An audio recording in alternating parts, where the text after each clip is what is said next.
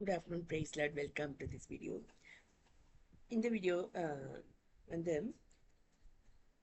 நம்முடைய educational system வந்து ரொம்ப அக்ரேரியன் எஜுகேஷ்னல் சிஸ்டம் அப்படிங்கிறாங்க. அதாவது ஆங்கிலேயர்களால் புகுத்தப்பட்ட ஒரு பழமையான எஜுகேஷ்னல் சிஸ்டமாக இது இருக்குது. அதனால் நிறைய பாடுகள், அதாவது ஸ்டூடெண்ட்ஸ் அனுபவிக்கக்கூடிய பிரச்சனைகள், அதை பற்றி நான் ஒரு ஸ்டடி பண்ணியிருக்கேன். இப்போ நிறைய புக்ஸும் வாசிச்சிருக்கேன். நிறைய பேர் இந்த மாதிரி ஐடியாஸ் அதை பற்றி யோசிக்கிறாங்க. புக்ஸ் இருக்குது. நான் பார்த்த வரைக்கும் அல்லது என்னுடைய சொந்த எக்ஸ்பீரியன்ஸ் வந்து மார்க்கு அப்படின்ட்டு குழந்தைகள் நம்பிடுறாங்க. இப்போ ஆஃப்டர் ரிட்டையர்மெண்ட்டு தான் நான் ஓவர் த இயர்ஸ் பண்ண ஸ்டடியில் marks will fade but character will endure அப்படின்ற முடிவுக்கு நான் வந்திருக்கேன். Marks can fade. நான் 82% பியில் வாங்கி பி ஆனர்ஸ் டிகிரி வாங்கி பெஸ்ட்டு ஸ்டூடெண்ட்டுன்ற லெவலில் நான் வெளியே வந்தேன். ஆனால் இன்றைக்கும் வந்து நான் அந்த கல்லூரிக்கோ எங்கேயோ போனேன்னா என்னை ரிமெம்பர் பண்ணுறாங்க அப்படின்னா வந்து அது என்னுடைய கேரக்டருக்காக தான் அப்படி இன்னைக்கு நான் சொல்ல முடியும். இப்போ போனால் கூட என்னை வந்து சாதாரண ஒர்க்கர்லேருந்து எல்லாருமே ரிமெம்பர் பண்ணுவாங்க. ஆனால் அது வந்து என்னுடைய கேரக்டர் நிமித்தம்தான். ரெண்டாவது வந்து இது another failure of the agrarian educational சிஸ்டம்னு சொல்லலாம். ஆனந்த விகடன் நான் ரெகுலராக படிப்பேன். அதில் வந்து சொல்வனம் அப்படின்ட்டு கவிதைகள் வரும். அதில் ஒருத்தர் எழுதியிருந்தார், நான் வந்து பேச்சியம்மனுக்கு வேண்டிக்கிட்டு என்னுடைய குழந்தை பேசணும் நல்லா அப்படின்னு சொல்லிட்டு நான் பேச்சியம்மனுக்கு வேண்டிக்கிட்டு ஸ்கூலில் கொண்டு போய் சேர்த்தா அங்கே வந்து டீச்சர்ஸ் வந்து பேசக்கூடாதுன்னு மிரட்டுறாங்க. சைலன்ஸ் அப்படின்ட்டு கற்பிக்கப்படுகிறது. அதனால் வந்து குழந்தைக்கு அந்த ஃபேக்கல்ட்டி சரியாக வேலை செய்ய மாட்டேங்குதுன்ற மாதிரி அவர் ஒரு கவிதை எழுதியிருந்தார்.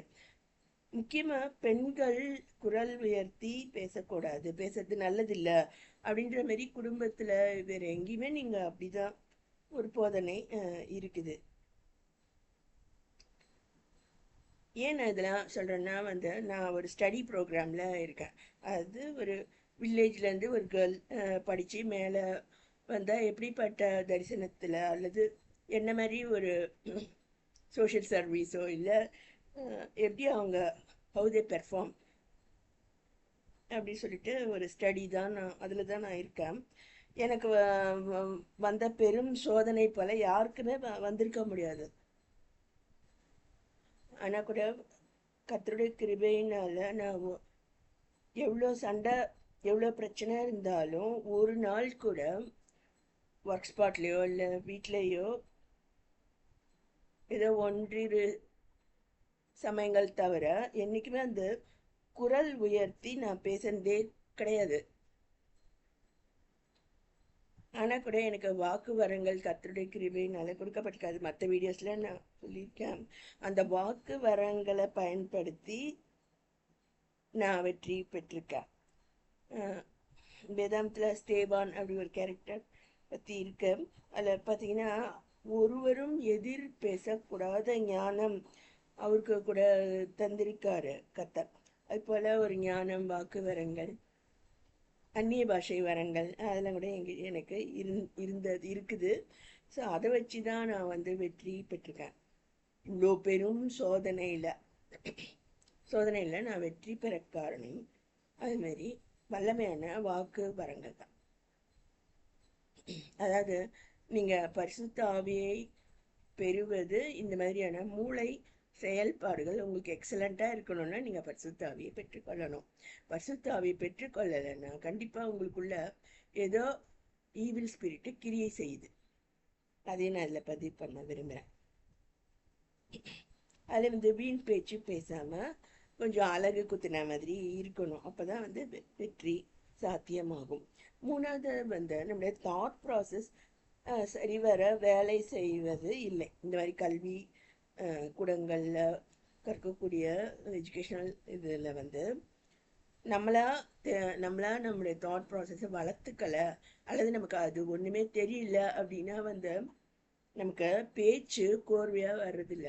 எங்கள் வீட்டில் நான் நிறைய பேர் படிப்பாளிகள் கூட நான் பார்த்துருக்கேன். பெரிய வேலையில் இருந்தால் கூட they are not having their own thoughts or convictions, and they're not able to articulate their convictions.